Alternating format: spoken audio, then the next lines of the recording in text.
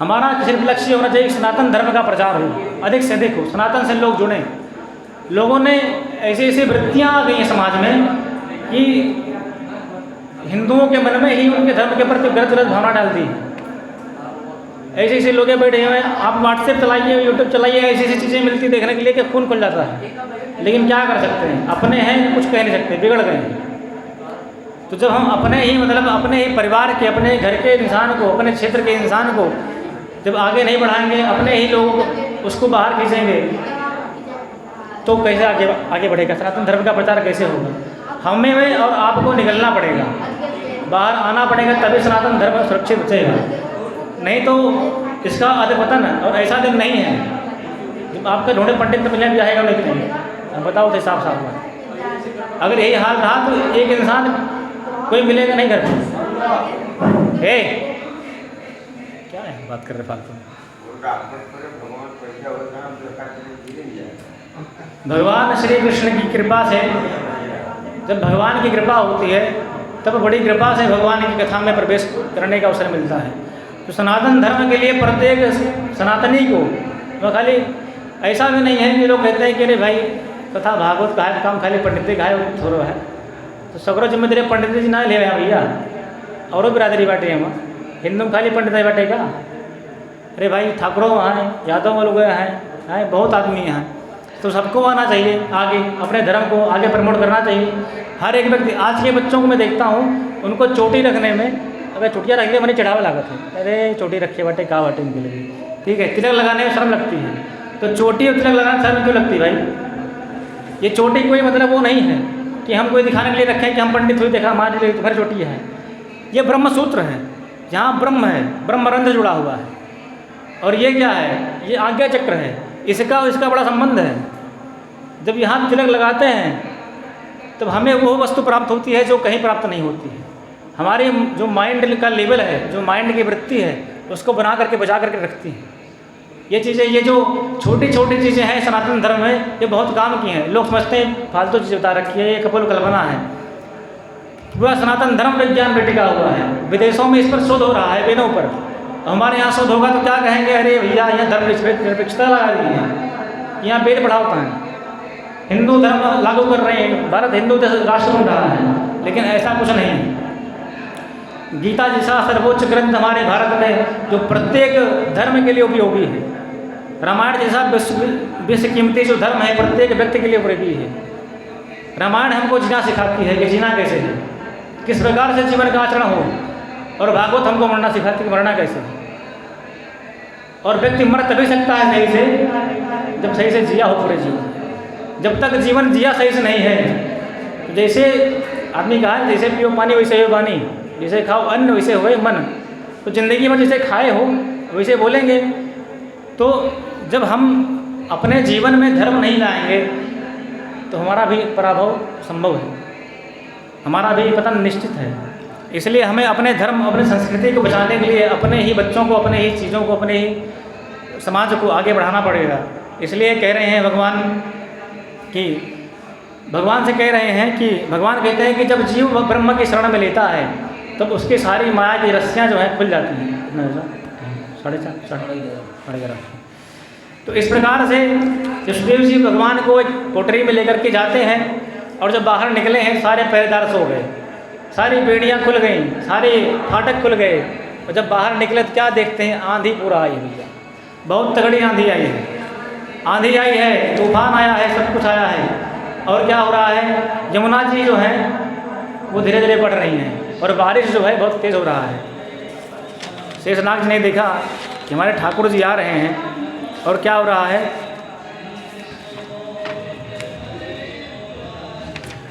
भगवान आ रहे हैं और भगवान भीग रहे हैं। तो शेषनाग जी ने छत्र छाया अपनी कर दी है। लेकिन जब वसुदेव जी यमुना जी के भीतर सिधा रहे थे तो यमुना जी एकदम बढ़ती हुई चली आ रही हैं कि यमुना जी क्या है, पटरानी है भगवान की पत्नी है। तो सोच रही हैं कि अब कम से कम ठाकुर जी का आए हैं, इतने दिन बाद प्रीतम आ रहे हैं, कम से कम दर्शन कर लें।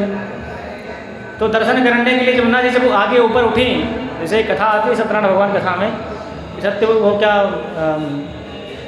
अरे साधु वैसे के लड़की नाम का रहा है कलावती के जब पति लोग आते हैं नदी के तट पर धीरे धीरे, तो कहती है कि मेरे पति के ताकि दर्शन करके आऊँ तो प्रसाद पाऊँ। जब वो आगे आती है तो क्या पति लोग नहीं मिलते हैं, लेकिन जब प्रसाद भाग के तब जाती है तब पति लोग मिलते हैं। तो वही चीज़ आज यहाँ पे हो रहा है कि जमुना जी सोच रही हैं कि पतिदेव आ रहे हैं, कम से कम मिल लिया जाए उनसे एक बार, क्योंकि प्रीतम से जब विशोह होता है, क्योंकि मिलन का आनंद तभी है जब विप्रलम्ब अधिक हो।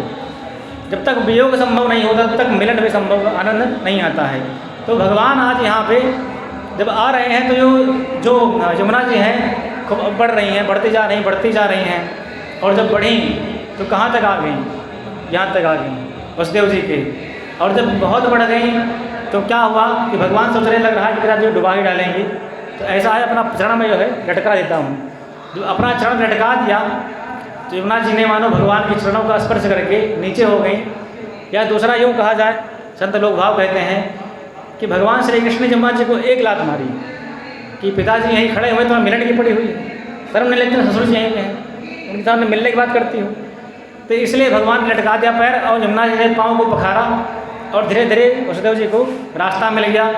वसुदेव जी जाते हैं नंद भवन में, देख रहे हैं कि योग माया के मोह रात्रि में सब सो रहे हैं, मोह निशा सब सो निहारा, और देखें सब न अनेक प्रकारा।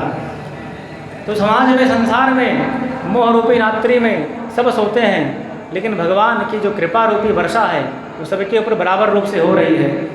उसमें उस कृपा का अनुभव कोई सिद्ध सन्यासी ही कर पाता है। यशोदा जी सो रही हैं योग माया में, और योग माया बगल में लेटी हुई पुत्री है। सुखदेव वसुदेव जी महाराज भगवान श्री कृष्ण को श्री यशोदा जी के बगल में लिटा करके चले आते हैं और योग माया लेके चले आते हैं। तो योग माया को लेकर के आते हैं तो यहाँ जैसे ही आते हैं कारागार में, तो सारी बेड़ियाँ जो हैं सब लग जाती हैं। योग माया क्या है? योग माया ही माया है। दो प्रकार की माया भगवान की है, एक तो ऐश्वर्य माया है और एक योग माया है। ऐश्वर्य माया क्या है? ऐश्वर्य माया वो है जो भगवान के ऐश्वर्य को छुपा लेती है, या जो भगवान के ऐश्वर्य को कभी कभी प्रकट कर देती है। और योग माया क्या है? यद्यपि भागवत में तो कहा कि योग माया राधा रानी है, लेकिन योग माया भगवान की एक ऐसी माया है जो जीव और ब्रह्म को अलग कर देती है और जीव और ब्रह्म को मिला भी देती है। दोनों करने का सामर्थ्य उस योग माया के अंदर में है। तो कह रहे हैं कि योग माया जब आई हैं तो यहाँ पर वसुदेव जी जिनकी बेड़ियाँ भगवान को स्पर्श करने से खुल गई थी, उस योग माया का स्पर्श करते ही सारी बेड़ी यहाँ फिर लग गई। और जब योग माया चिल्लाई, सैन्य लोग जाग गए और कोली बोली 8वां हो गया, 8वां हो गया, 8वां हो गया। जब 8वां हो गया तो महाराज कंस को सूचना गई और कंस फिर लौट करके आया। और कंस ने जब लौट के आया बोले कि महाराज 8वीं तो पुत्री हुई है। बोले हैं पुत्री हुई है? बात तो पुत्र की हुई थी, पुत्र की तो हुई नहीं थी। तो उसने कहा कि हो सकता है इस पुत्री का जो पति हो वो मारने वाला हो मुझे। तो उसने कहा रिस्क नहीं ले सकता हूँ, जान से बहुत भय। इसलिए उन्होंने जैसे ही कंस ने उस 8वें गर्भ को देवकी को मारने की कोशिश की, तैसे ही वो पराम्बा भगवती बन करके आकाश में चली गई। और उसने कहा अरे पापी, तू जिसको मारने के लिए खोज रहा है उसने तो अवतार ले लिया। बोले कहाँ महाराज? तो उसने कहा, माता जी ने कहा कि गोकुल में। तो बोले किसके घर? तो बोले तुम पता लगा लेना, मेरा काम खत्म, बता दिया मैंने तुम्हें बस। अच्छा भैया ये तो रही बात यहाँ की, अब बात आती है वृंदावन की। तो वृंदावन की बात आती है तो भगवान के जन्म का समय आता है। तो क्या हो रहा है, एक दिन क्या हुआ, नंद बाबा अपने घर पे बैठे हुए थे, तो उनके घर पे कुछ महात्मा लोग आए और उन महात्माओं को उन्होंने प्रणाम किया। तो उन्होंने कहा नंद बाबा पुत्रवान भव। तो बोले महाराज कैसा आशीर्वाद दे रहे हैं? बोले क्यों पुत्रवान नहीं हो? पुत्र नहीं तुम्हारे? बोले नहीं। बोले अरे तुम्हारे 80 साल हुआ तो पुत्र नहीं हुआ? बोले अभी तक तो कोई नहीं हुआ महाराज, अब आगे पता नहीं होगा कि नहीं होगा। तो बोले अच्छा। तो बोले जाओ नंद बाबा हमारा आशीर्वाद है तुम्हारे लिए, हम लोग अनुष्ठान करेंगे, पुत्र का मिष्टि यज्ञ करेंगे, बस आप इतना कीजिए कि छकाछक माल पुआ छवाया हो जाए, बढ़िया खवाए रहो, रबड़ी पूड़ी हलवा जो है, और यज्ञ होने दो। और जब तक पुत्र नहीं हो जाएगा तब तक हम आपको छोड़ के जाने वाले नहीं हैं। यहीं वृंदावन के अंदर ही चमेटा काट के बैठेंगे, जब तक आपको भगवान को पुत्र देना ही पड़ेगा। बोले ठीक है महाराज, दूध दही कोई कमी ना है, आराम से रहो, भजन करो, कोई दिक्कत ना है। बोले ठीक है भैया। अच्छा हुआ क्या, इधर जो है पता लगा कि जो यशोदा जी हैं गर्भवती, तो नंद बाबा उनकी बहन हैं सुनंदा, उनके घर पे गए और कहा अरे बहन, तेरी भाभी जो है पेट से है, गर्भवती है, तो तू बुआ बनने वाली है, इसलिए तुझको बुलाया है, चलिए। तो बोले सच भैया, भाभी बुआ बनने मतलब माँ बनने वाली हैं? बोले हाँ। तो बोले सुनंदा जी कहते हैं कि भैया मुँह मांगा मतलब पूरा वो इनाम लूँगी जो है। तो उन्होंने कहा कि अरे बहन पे जो चाहिए सो ले लियो। बोले चल तो सही तू। बोले ठीक है चलो। अच्छा भैया गई, सुनंदा जी आई। सुनंदा जी कैसी हैं? नंद और सुनंद, नंद और सुनंदा। जिसके आने से भाभी निश्चिंत हो जाए वो सुनंदा, और जिसके आने से भाभी भी कांपने लगे वो ननद।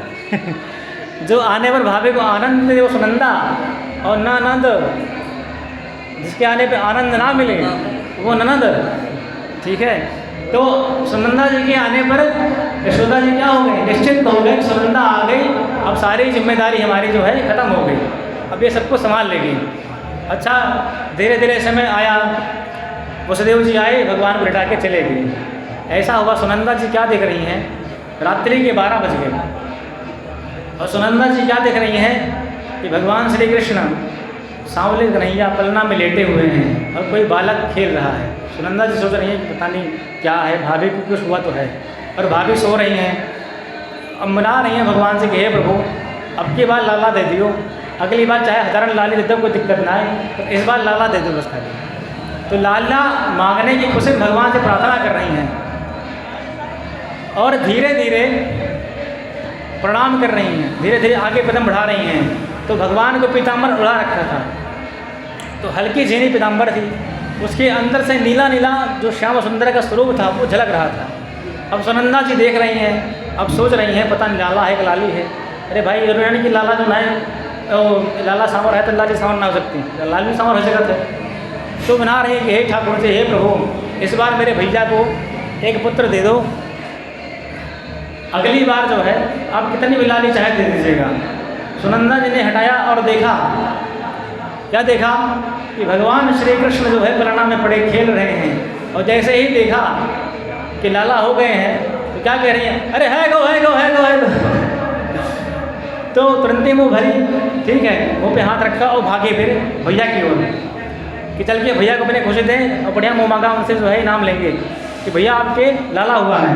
अच्छा भाई, सुनंदा जी भगवान वसुदेव जी के पास, नंद जी के पास गई और बोले अरे भैया आप यहाँ बैठे हो, आपको मैं कहाँ कहाँ ढूंढी आई। तो क्या बोलते हैं, नंद जी बोले अरे सुनंदा जल्दी बता कहाँ भाई हो, जल्दी जल्दी बोल। तो बोले कि अरे भैया आप जल्दी चलो पहले। बोले अच्छा ये बताओ हुआ क्या। तो कह रहे हैं कि इतनी बड़ी खुशी की बात आप यहाँ बैठे हैं। तो बोले अरे भाई आप बीपी ना बढ़ाओ मेरी, जल्दी जल्दी बताओ हुआ क्या है। तो कह रहे हैं कि भैया भाभी ने छोटो सो लाला को जन्म दियो है। तो बोले कि अरे सुनंदा बहुत सुंदर समाचार सुनायो है। बोले भैया मेरा गिफ्ट। बोले अरे जा ले तू, चाबी जो है तिजोरी की जितना गिफ्ट चाहे उतना ले ले, पर अब हमको जाना दे यहाँ से, अब मुझे यहाँ से जाना है। बोले ठीक है भैया।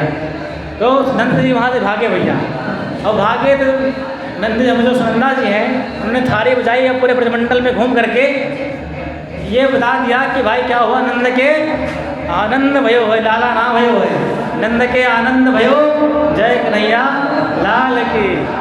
तो नंद जी के क्या हुआ है, लाला हुआ है। तो यहाँ पर जो है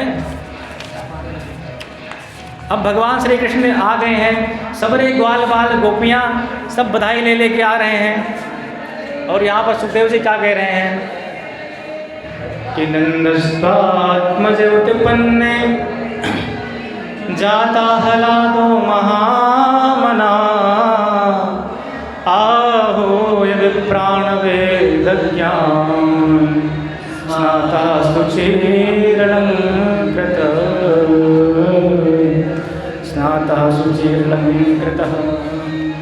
नंद के बेटा नहीं हुआ है, नंदस्वात्मज उत्पन्ने, आत्मज हुआ है।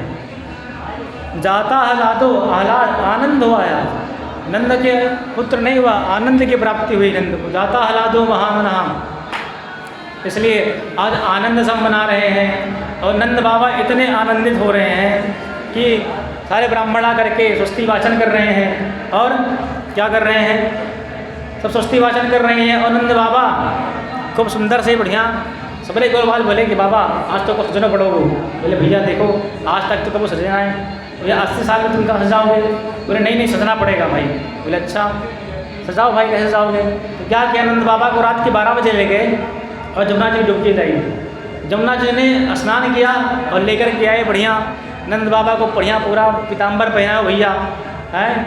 और की बात कहा कि हो, उसके बाद नंद बाबा को बढ़िया पीताम्बर पहनाओ, पगड़ी पहनाओ और नंद बाबा के मूछन में इत्र लगाओ और नंद बाबा को आँखन में काजल लगाओ और बढ़िया से एकदम फटकार के दाढ़ी मोछ एकदम टंड गई के बोले बाबा देखो दुल्हा से लग रहे हो तुम।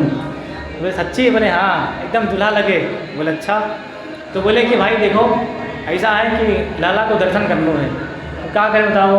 बोले ऐसा है कि राजमहल में भीड़ बहुत लगी है तो दर्शन करने का अवसर तो नहीं मिलेगा, लेकिन क्या है, बोले कोई बात नहीं है दर्शन आपको मिल जाएगा। तब तक क्या करो, ब्राह्मण लोग पूजा करा रहे हैं। अब ब्राह्मण लोग पूजा करा के कहते हैं कि भाई दही उठा के यहाँ रखो। तो दही की जगह कहता है 15 मिनट 5 कितना है 15 मिनट। अच्छा नंद बाबा का मन जो है लाला के दर्शन में है।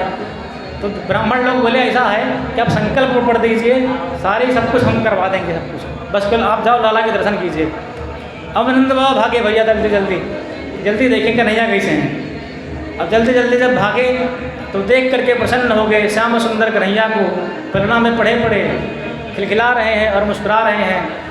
एक नील वर्ण एकदम नील कमल के समान सुंदर सा बालक श्री नंद भवन में आज प्रकट हुआ है। और नंद बाबा ने बहुत सारे दान दक्षिणा कर रहे हैं। धेनु नाम निमते प्रादाद विप्रेभ्यः समलंकृते तिलाद्रेन सप्तरत्नौघ साधकौमाम्बरालयी। क्या कर रहे हैं कि जो गायें हैं गायों के सींग और खुर में सोने के वो क्या बोलते हैं कुंडल बढ़ा करके ब्राह्मणों को दान दे रहे हैं नंद बाबा। और क्या कर रहे हैं, तिलाद्रेन सप्तरत्नौघ सौद कौम्बाम्बरांध्र। तिलाद्रीन सप्तरत्नों, तिल के पहाड़ 7 बना करके ब्राह्मणों को उसको दान किया है नंद बाबा ने। सभी नंद बाबा के द्वार पर गोपियाँ आ रही हैं। देखिए जब किसी बालक को आशीर्वाद देते हैं तो कैसे देते हैं, तो भैया तार पितारा जुग जुग जिए 100 साल तक जिए। लेकिन गोपियों का आशीर्वाद अलग ही है। उनका आशीर्वाद क्या है, अच्छा गोपियाँ कोई साधारण थोड़ी हैं। गोपियाँ जो हैं वेद के मंत्र हैं, जितने वेद हैं उनके मंत्र ही गोपी हैं, इसलिए सब सजग रहती हैं। तो गोपियाँ क्या कह रही हैं कि ता आशीष प्रयुंजाना चिरम पाहिति बालके हरिद्रा चूर्ण तैलाद्भि सिंचिंतो जन्म जगूह। कह रहे हैं कि अरे नंद रानी यशोदा तेरे लाला जुग जुग हमारो रक्षा करे, हमारो पालन करे। ये नहीं कह रहे कि जुग जुग जिए मतलब हजारों वर्ष तक जिए, ये कह रहे हैं ता आशीष प्रयुंजाना चिरम पाहिति बालके, अनेकों काल तक हमारा पालन करे, पोषण करे, हमारी रक्षा करे। चिरम पाहिति बालके। और क्या कह रहे हैं, हरिद्रा चूर्ण तैलाद्भि सिंचिंतो जन्मज्जगूह। तेल और हल्दी को पीस करके चूर्ण बना करके और उसमें क्या बोलते हैं एक दूसरे पर फेंकती हैं। इस प्रकार से आनंद मना रही हैं गोपियाँ। और नंद बाबा हर प्रकार से उत्तम उत्तम वस्तुओं का दान दे रहे हैं, जितने भी मांगने वाले आ रहे हैं। और पूरे ब्रज में आज बधाई बज रही है। क्या बज रही है भैया,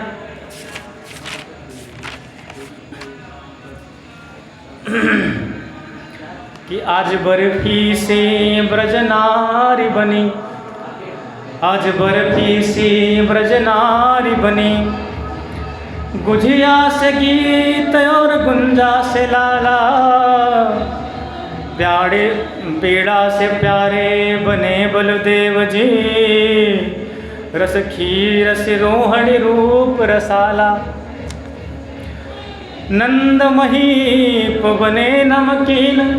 नंद जी नमकीन बन गए, इतनी सारी मिठाई की बात हो गई। अब नंद जी क्या बने, नमकीन बने। नंद महीप बने नमकीन, गोकुल ग्वाल सब गरम मसाला, और जायो यशोदा जलेबी सिरानी ने, आज रबड़ी सी रात में लडुआ सुलाला। कि जायो यशोदा जलेबी सिरानी ने, आज रबड़ी सी रात में लडुआ सुलाला। पूत सपूत जनेऊ यशोदा, इतनी सुन के वसुधा सब दौरी, देवन के आनंद भयो, पुनि धावति गावति मंगल गौरी। नंद कहूँ इतनो जो दियो, घनश्याम कुबेरहूँ की मति गौरी, देखत मोहि लुटाई दियो, नबछी बछिया छछिया न पिछौरी। नंद बाबा महामना होकर के आज सब कुछ लुटा रहे हैं, एकदम से हर एक प्रकार से कुछ छोड़ नहीं रहे हैं कि कुछ बच जाए। और देवता लोग देख करके इस अचंभव कर रहे थे, धन आ कहाँ रहा। सुखदेव जी कहते हैं परीक्षित ऐसा लग रहा है कि भगवान के जन्म पर लक्ष्मी साक्षात नृत्य कर रही हूँ, क्योंकि जहाँ भगवान नारायण हो वहाँ लक्ष्मी वैकुंठ में क्या करेंगी, वृंदावन में ही आकर के निवास करेंगी। अच्छा, इस बात का कोई वो नहीं है, गोपियाँ इस बात को स्वयं कह रही हैं गोपी गीत में। गोपी गीत का प्रारंभ जब होता है तो गोपियाँ कहती हैं कि भगवान जब से आपका प्राकट्य हुआ है वृंदावन में, तब से ऐसा लग रहा है कि इंद्रावती, इंद्रा जो है, इंद्रा में लक्ष्मी, लक्ष्मी का आज वृंदावन के अंदर निवास हो गया। तब से वृंदावन में लक्ष्मी निवास कर रही है। जयद इंद्रा वृंदावन श्लोक है। तो जयत तेधिकम जन्मना मृजाः श्रेत इंदिरा सस्वदत्र। तो जयत इंदिरा, ऐसा लग रहा है कि इंदिरा जो है, इंदिरा लक्ष्मी आज हमारे वृंदावन में तादा थैया करके नृत्य कर रही हैं। इसलिए आपके प्राकट्य से पूरे वृंदावन वासियों को आनंद हो रहा है और नंद बाबा वहाँ मना होकर के लुटा रहे हैं। कितना रहेगा?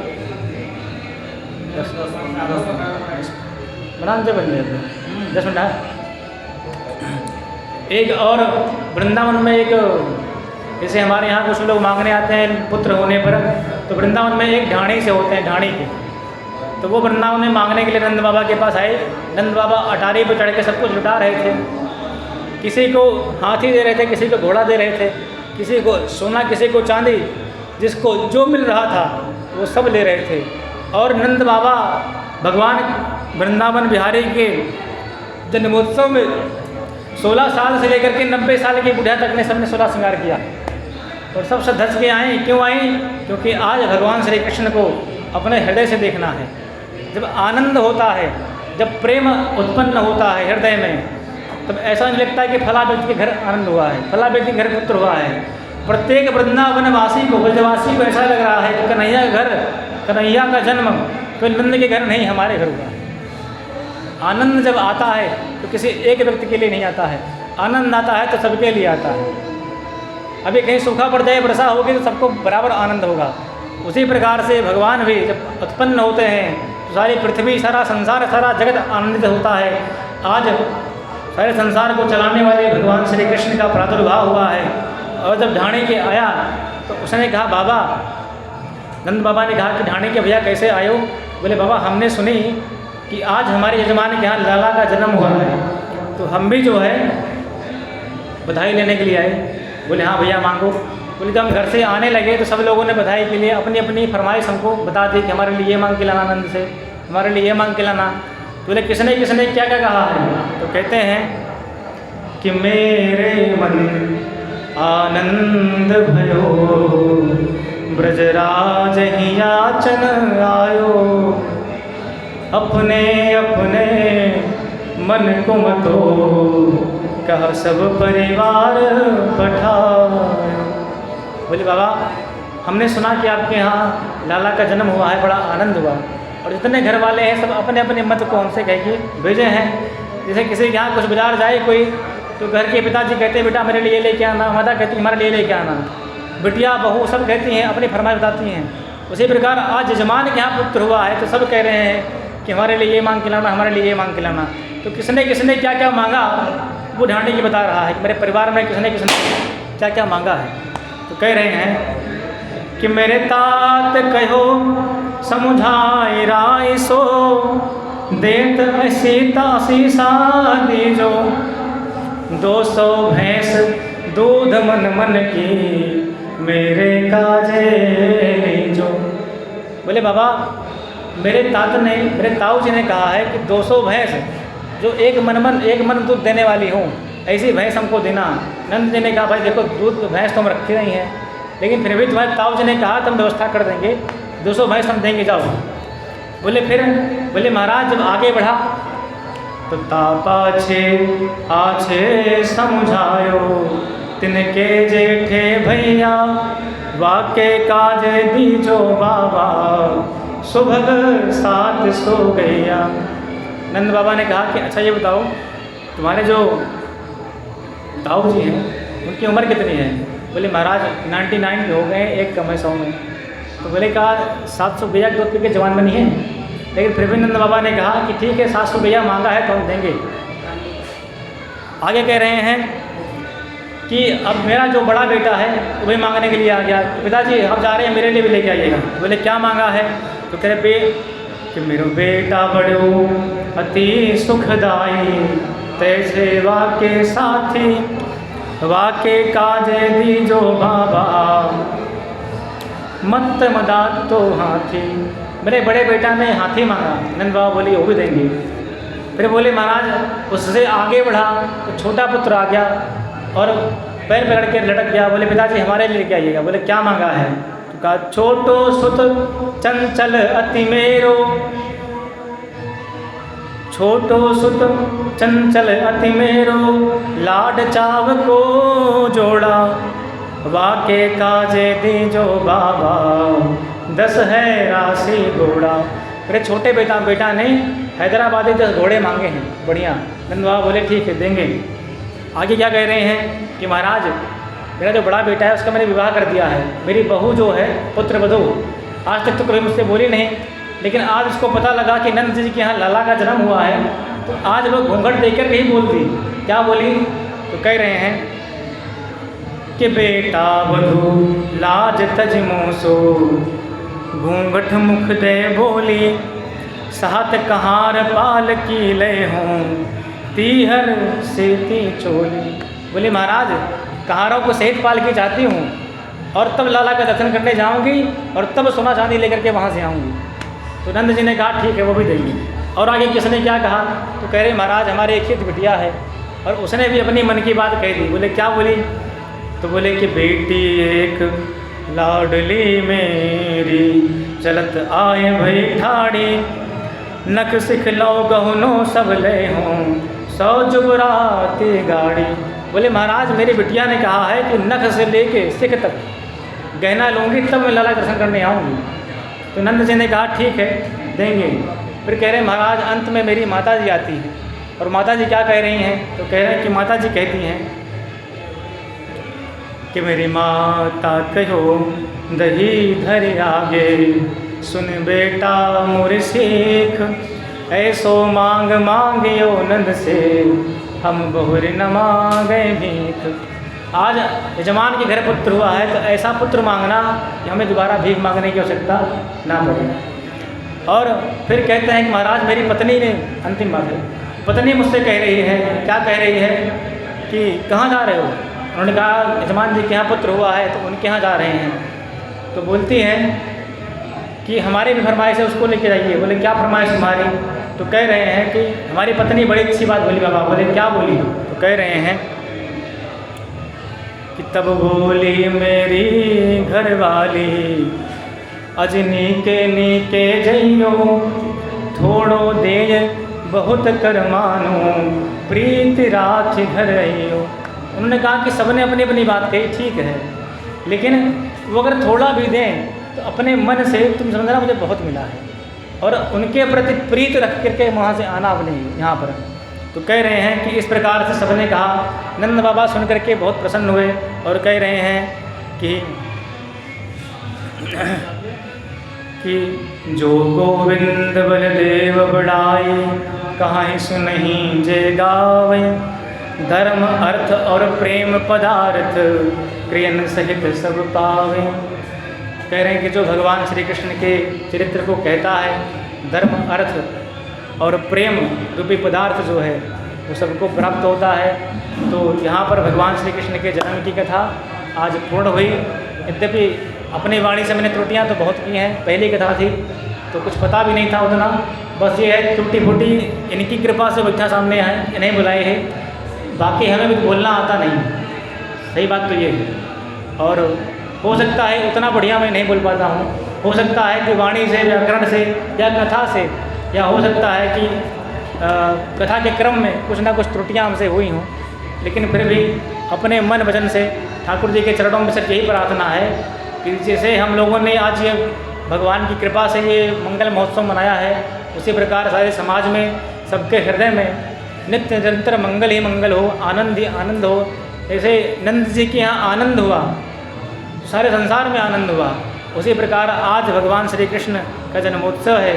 तो ये केवल भागवत गंगा कोचिंग में ही नहीं, पूरे समाज में, पूरे विश्व में इस आनंद का उत्सव मने और सब लोग सुखी हों, सब लोग आगे बढ़ें, सब प्रेम से रहें। और भगवान, मानव जीवन का मूल उद्देश्य यही है, भगवत प्राप्ति, भगवान के प्रेम की प्राप्ति। इसलिए भगवान का प्रेम सबको प्राप्त हो, यही ठाकुर जी से हम प्रार्थना करते हैं। और भगवान से ये प्रार्थना करते हैं कि जैसे आज हमें ये अवसर मिला है कुछ कहने का, भगवान ये अवसर जब तक जीवन रहे तब तक मिलता रहे और तब तक उनके गुणानुवादों को गाता रहूं। ये अवसर, ये मेरा पहला अवसर ज़रूर है, लेकिन आखिरी ना हो, बस यही भगवान के चरणों में प्रार्थना है।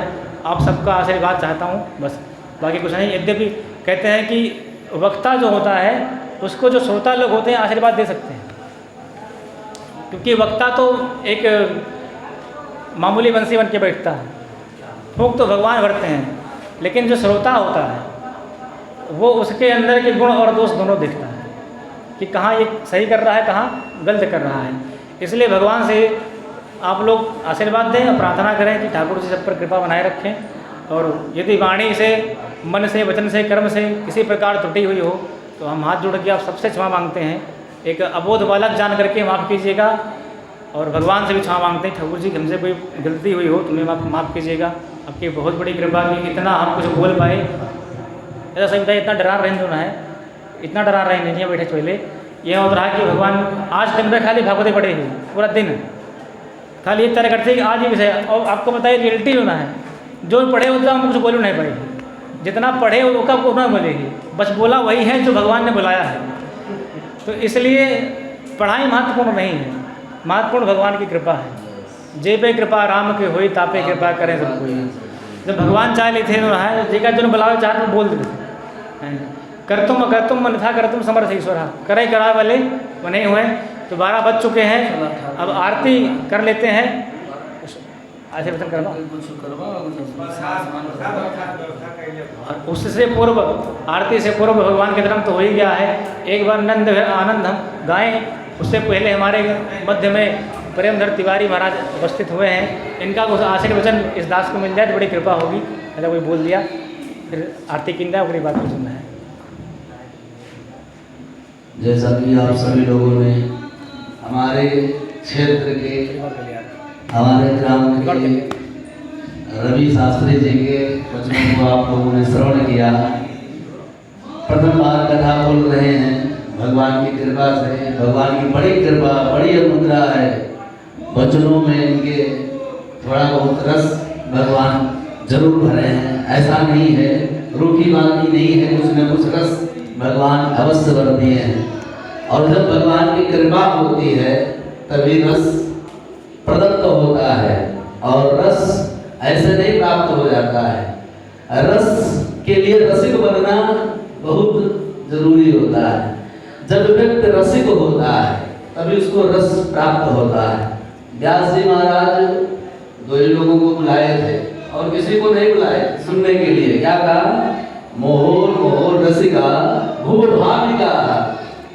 जो रसिक और भावुक हो वही मेरी कथा को श्रवण करने आए, और किसी की आवश्यकता नहीं है। जब रसिक होगा तो उसके अंदर रस अपने आप छलकेगा भगवान की कथा को श्रवण करने के लिए। रसिक बन के बैठेगा तो उसको आनंद ही आनंद प्राप्त होगा। वक्ता टूटी फूटी वाणी भी बोलेगा तभी उसको आनंद आएगा। और भाव जो होगा, भावना से ओतप्रोत होगा भगवान की कथा को श्रवण करने के लिए, तब तो आनंद ही आनंद है। तो भगवान की कथा मंदाकिनी जन्मोत्सव तक पहुंचा चुके हैं और भगवान का प्राकट्य भी हो गया है। हम लोग बड़ा संकीर्तन कर ले भगवान के नाम का, तभी आनंद आएगा, नहीं जन्मोत्सव का क्या आनंद होगा। तो नंद के घर आनंद आह्लाद उत्पन्न हुआ है, इसलिए आप लोगों के हृदय में